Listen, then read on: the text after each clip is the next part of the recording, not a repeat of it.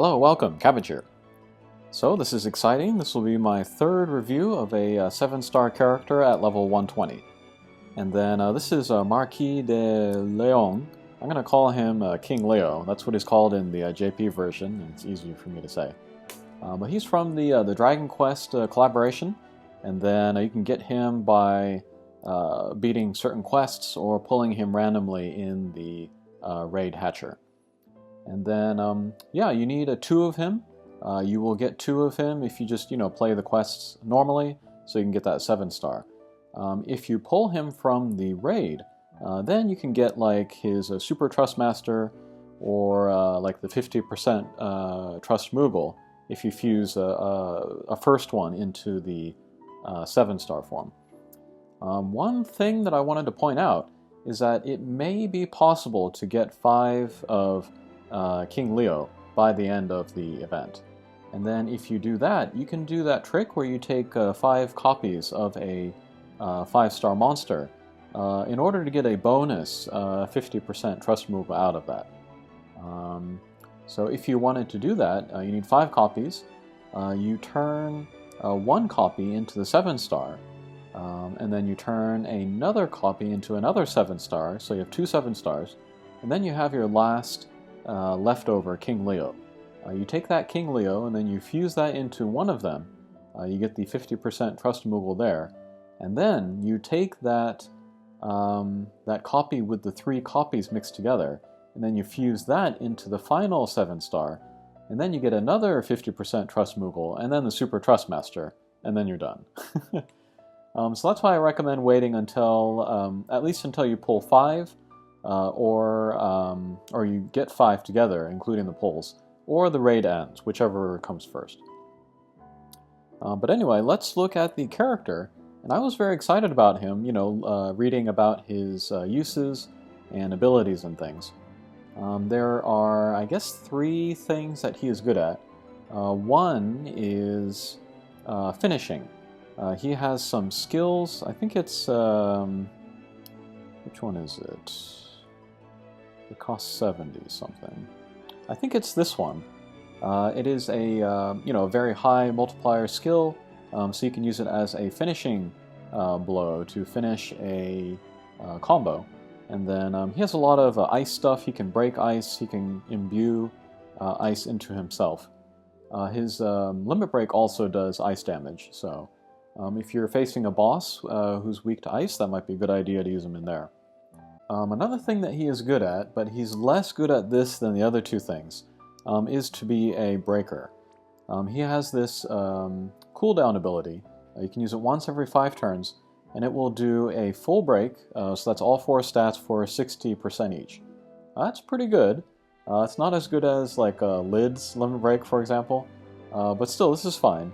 It's only once every 5 turns though, so you can't really rely on it. So this I would keep in the back pocket. I would never use King Leo as a specific breaker. And then the last kind of use case for him, which I find the most interesting for him, is as a provoke tank. At level 105 of his 7-star form, he picks up this ability, which increases attack and defense, and then reduces damage, and then increases the chance of him being targeted to 100%, and then also gives him counterattack, or higher chances of counterattacks. I guess we'll go down the list here of all of these abilities that he picks up. But attack and defense is nice. The boost in defense is good, of course, so he takes less hits from the enemy. Boost attack is good, because that synergizes with his countering. Reducing damage for 3 turns. He reduces damage taken by 20%. This is not the best for other provoke physical tanks. Wilhelm and Mercenary Ramza, they're the gold standard right now. They can reduce by 40%. So King Leo's missing the 20% there. But there are ways to make that up with other characters, other abilities. I'll talk about that a little bit later. And then, let's see, increased chance to be targeted, that's fine. This would be really good, lately especially for Esper quests. We have needed like a cover-all magic tank and then like a provoke physical tank. And then I feel like Leo, as a 7-star, is he would be up to the task, I think, of being half of that tanking combo. Yeah, the Esper fights are not too tough. I don't know about him being a good provoke tank for very high level stuff like the trials. But yeah, for lower or like limited time quests, I think he could be good. And that's very nice for beginners who maybe don't have some 5-star tanks.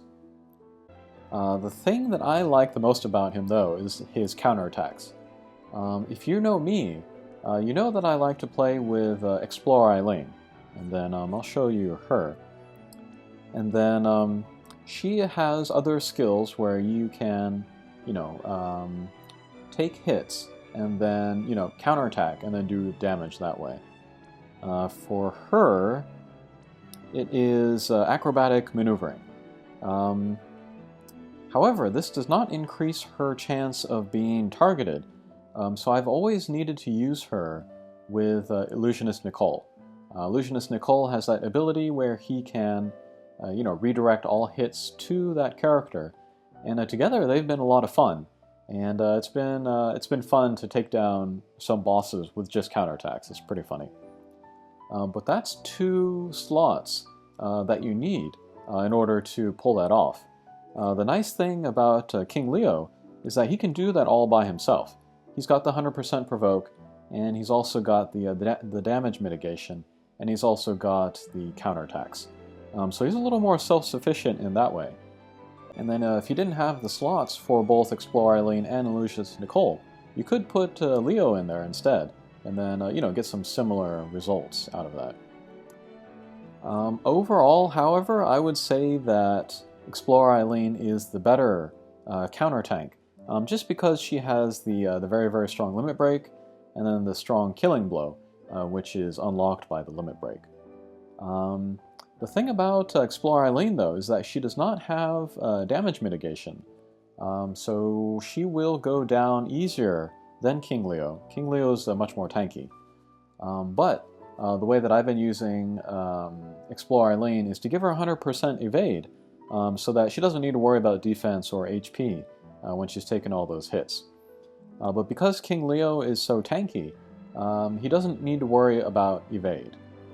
And then to talk about evade tanks real quick, I don't think Leo is really a good candidate for that.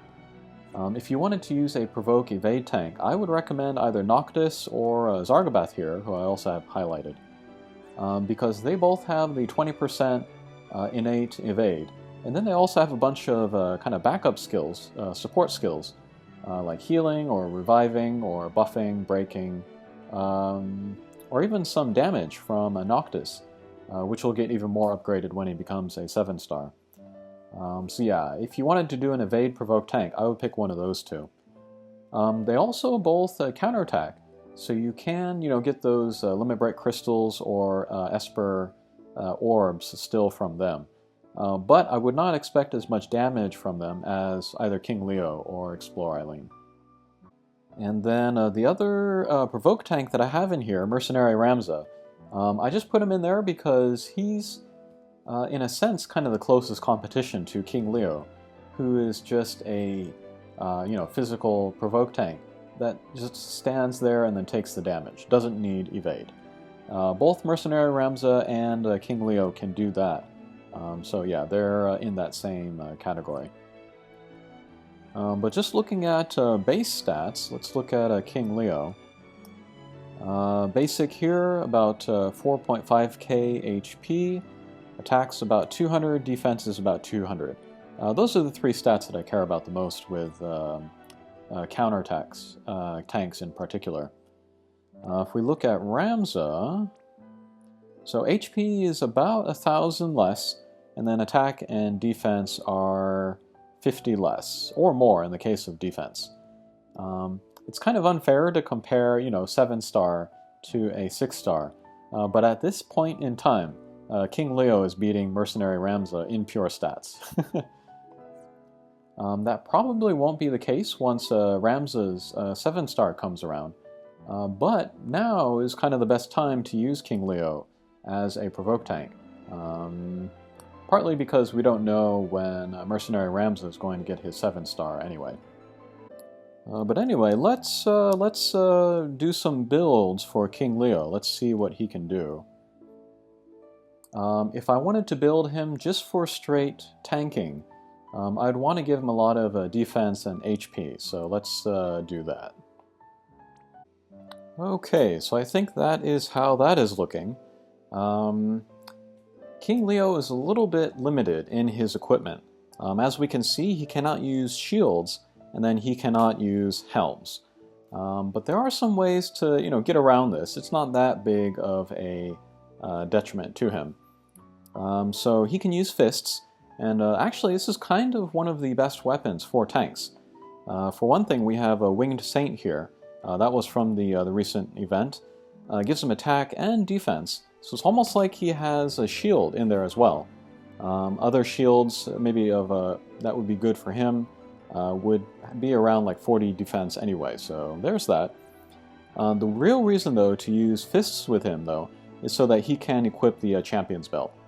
Gives him the flat attack and defense, and then also percentage buffs to attack and defense, so that's really, really good. And then actually maybe the best setup for him would be 2 Champion's Belts. I have some snows, all ready to take through the Earth Shrine.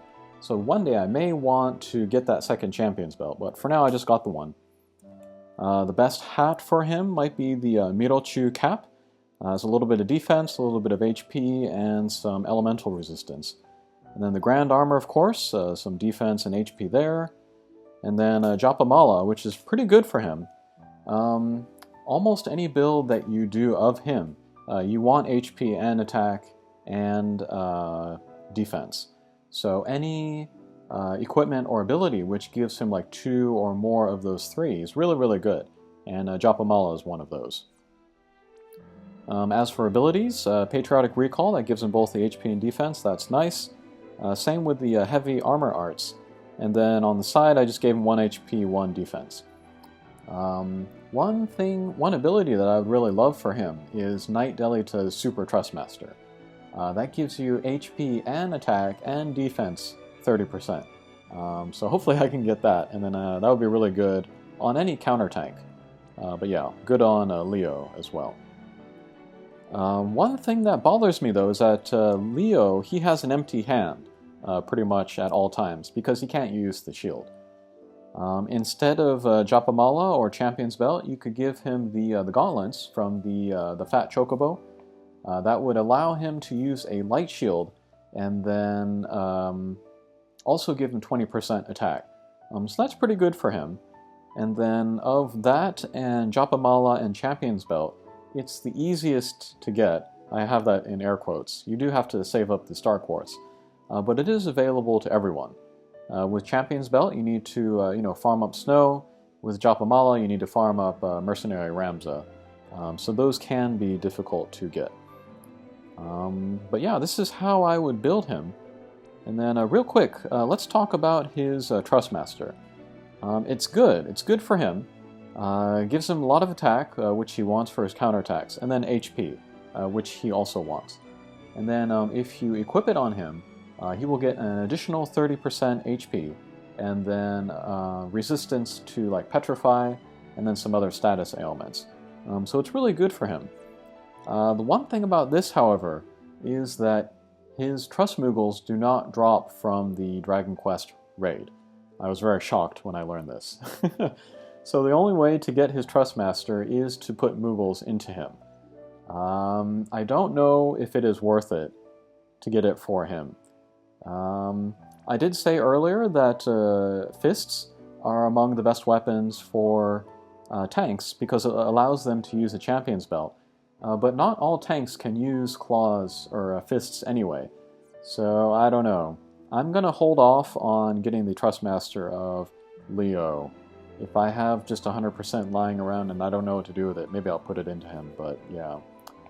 But for now, I'm going to have to look for alternatives to the Golden Claws. And then, yeah, for defense, I would say maybe Winged Saint is going to be one of the best. Okay, so now let's build Leo for attack, and then let's try a true double hand build. Okay, so there is that. Over 1500 attack, that's pretty good. I forgot to show this earlier, but I have a little bit of defense pots in him, but nothing else. But yeah, I got the Eye-Guion arm that is double-handed, and then a lot of just, base attack stuff. And then 200% true double hand in all. I can't go any higher than that. I need another Martial Glove, and then I need Nalu's Trustmaster. But yeah, if I wanted to go for just attack, this would be what I would use.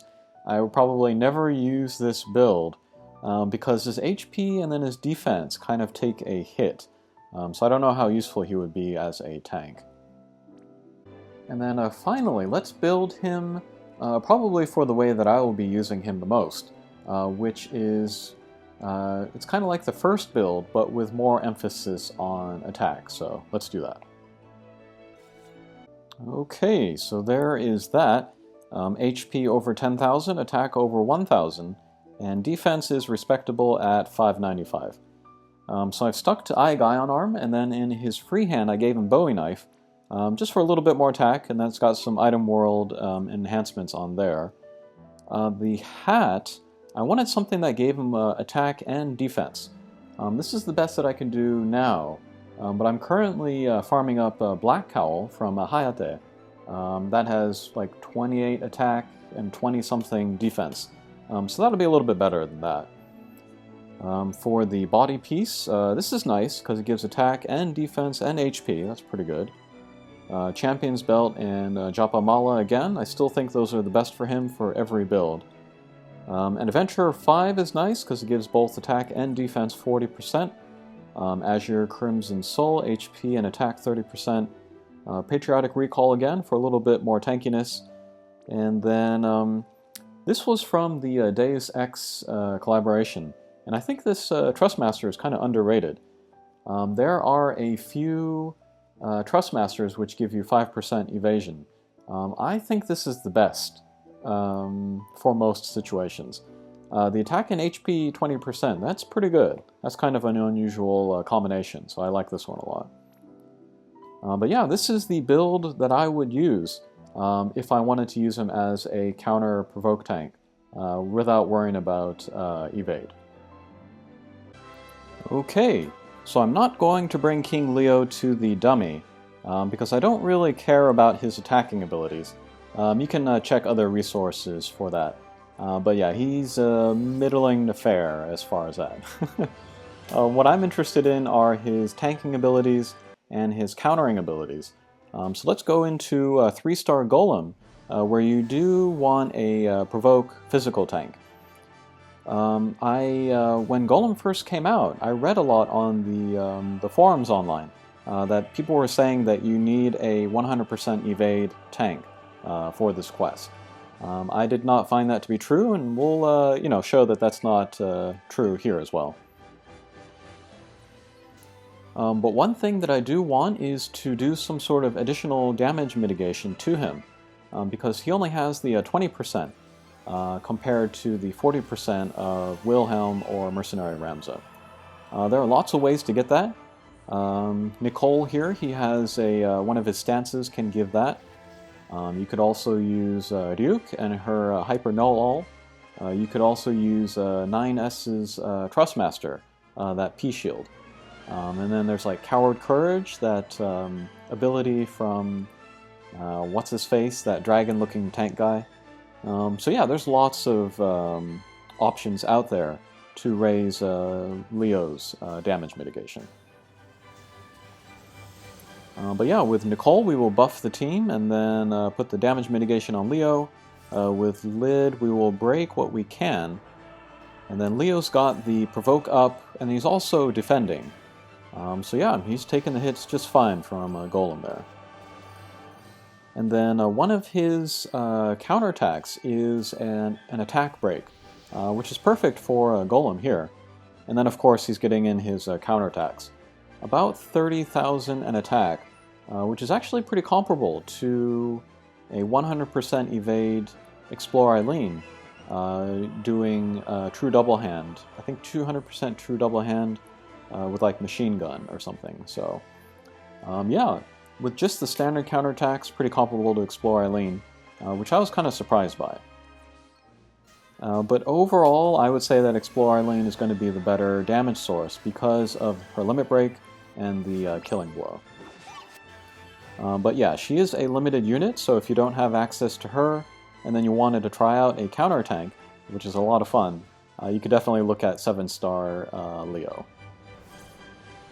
Alright, so here is the second round, the normal attacks plus the trample. Leo's taking it like a champ. And there's those 30,000 attacks again.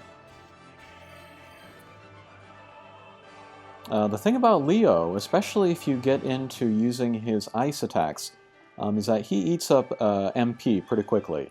So you're definitely going to want to pair him with like some kind of MP battery.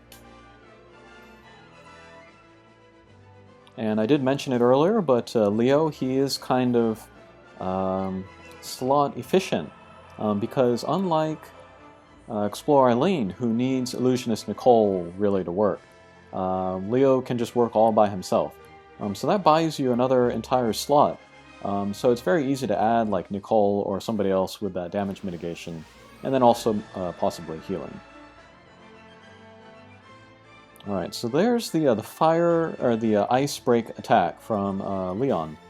And then next attack we can do the finishing blow, which will also imbue ice damage to himself. So yeah, in between the turns that you need to set up the provoke, you can do that, get a little extra damage in there.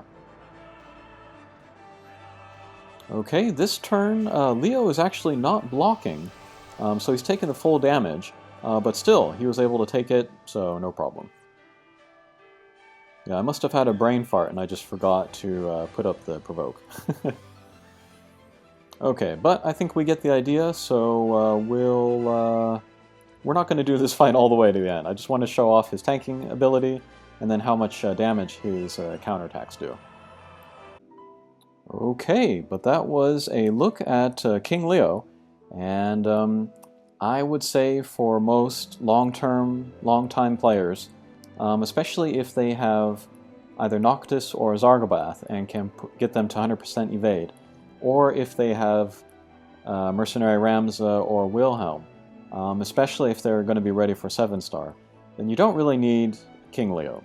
But if you're starting out, or if you were interested in having a counter tank and kind of messing around with that, then I could recommend making King Leo the 7-star, and at the very least leveling him up to level 105.